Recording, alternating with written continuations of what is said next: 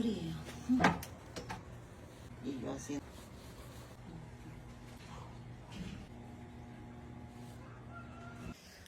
Hola, hola, buenos días. Hoy me tocó levantarme para tender y lavar ropa.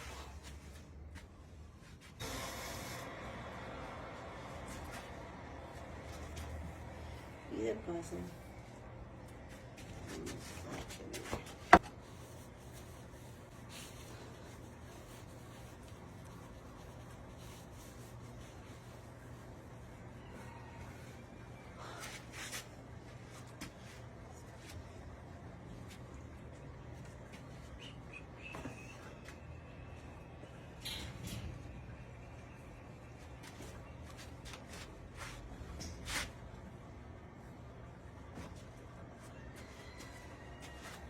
primero a coger ropa rica.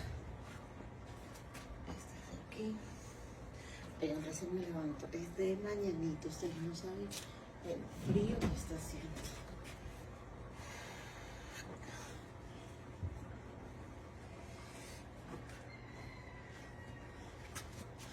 Vamos a ponerlo más acá.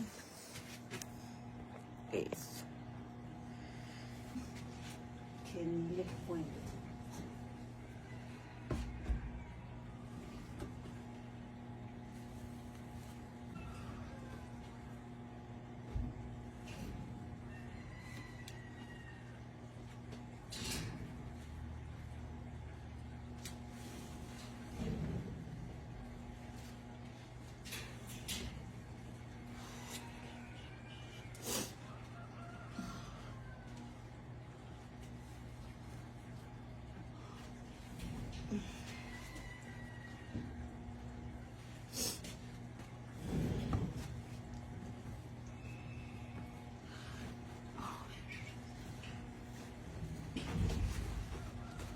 Tengo un sueño.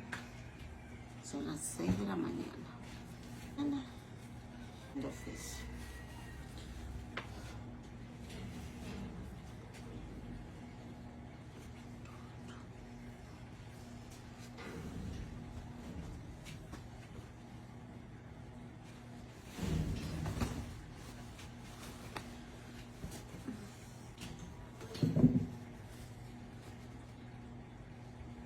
Con tanto frío que ha hecho, ya todo se ha secado.